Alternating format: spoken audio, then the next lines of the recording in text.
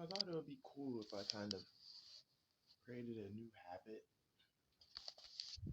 Probably do like a 20-minute, 15-minute talk every morning before I get into some sort of workout and after I eat food and after I go outside and just ground. I woke up. I'm awake. I'm awake. I'm alive.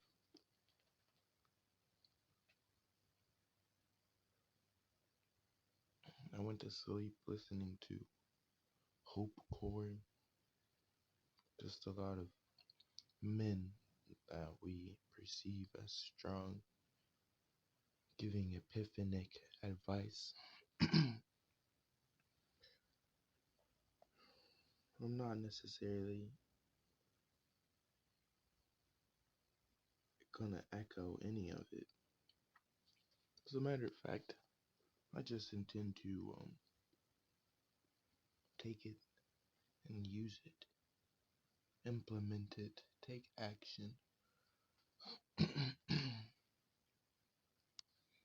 wanted to ponder internally.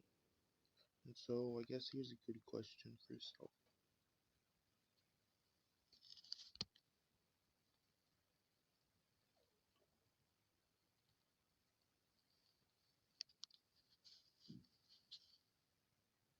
I want to ask you about longing and compulsions and desire.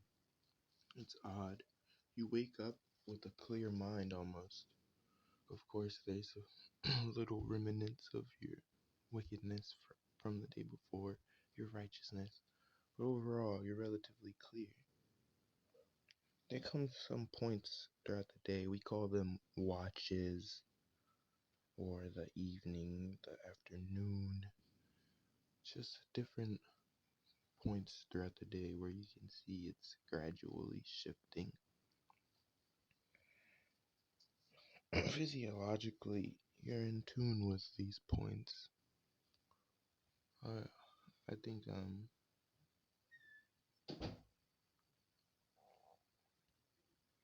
men most definitely at the morning they say if you hold the Tao in the morning, you rest in the evening content.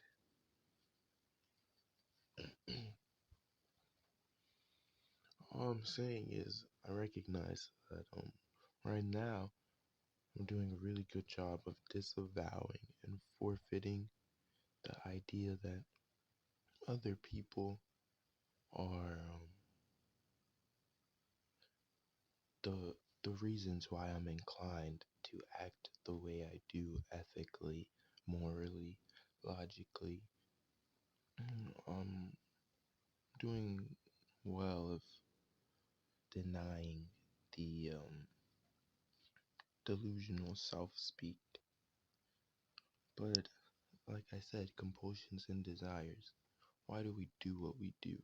At some point, I imagine I will start to engage with it, and it'll start to consume my my my level head, my mind, my demeanor will change. There's this friend of Sneeko, Luke, who he poses this question. He says, "Why?" He says, "Why?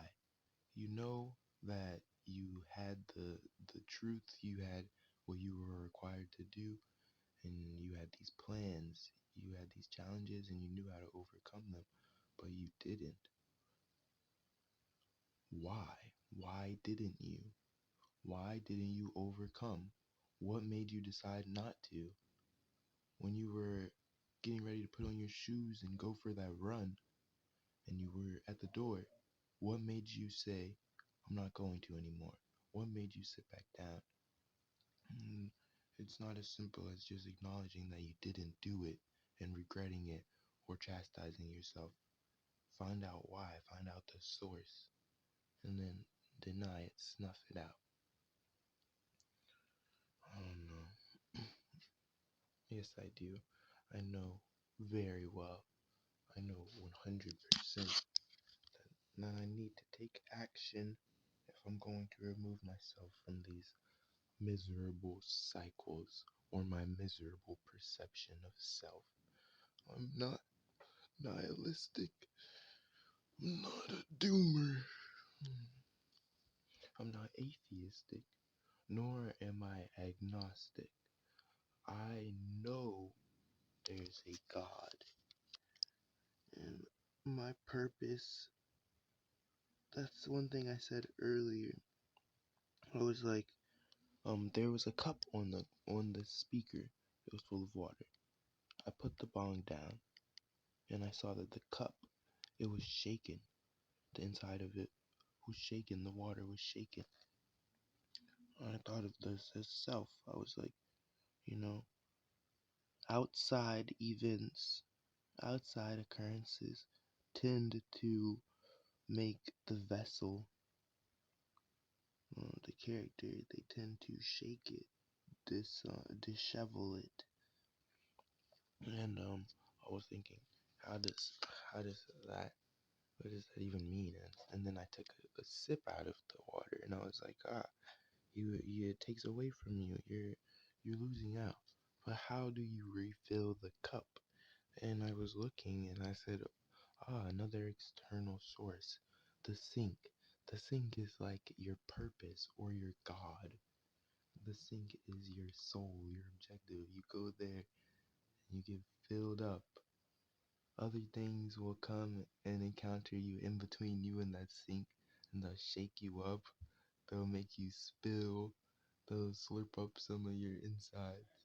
But you can always go to that sink. Become full. Become full. I love it. But it's not to tell you that you need to be attached to your purpose, to your drive, because that breeds passion and greed. I'm not saying be attached to the objects of your desire. I'm not saying be attached to your aspirations. I'm saying be attached to the idea that you can make yourself better. Be attached to the process of genuinely bettering self, genuinely attaining what it is that you desire. I don't know, Joel. Good morning, Cliffy.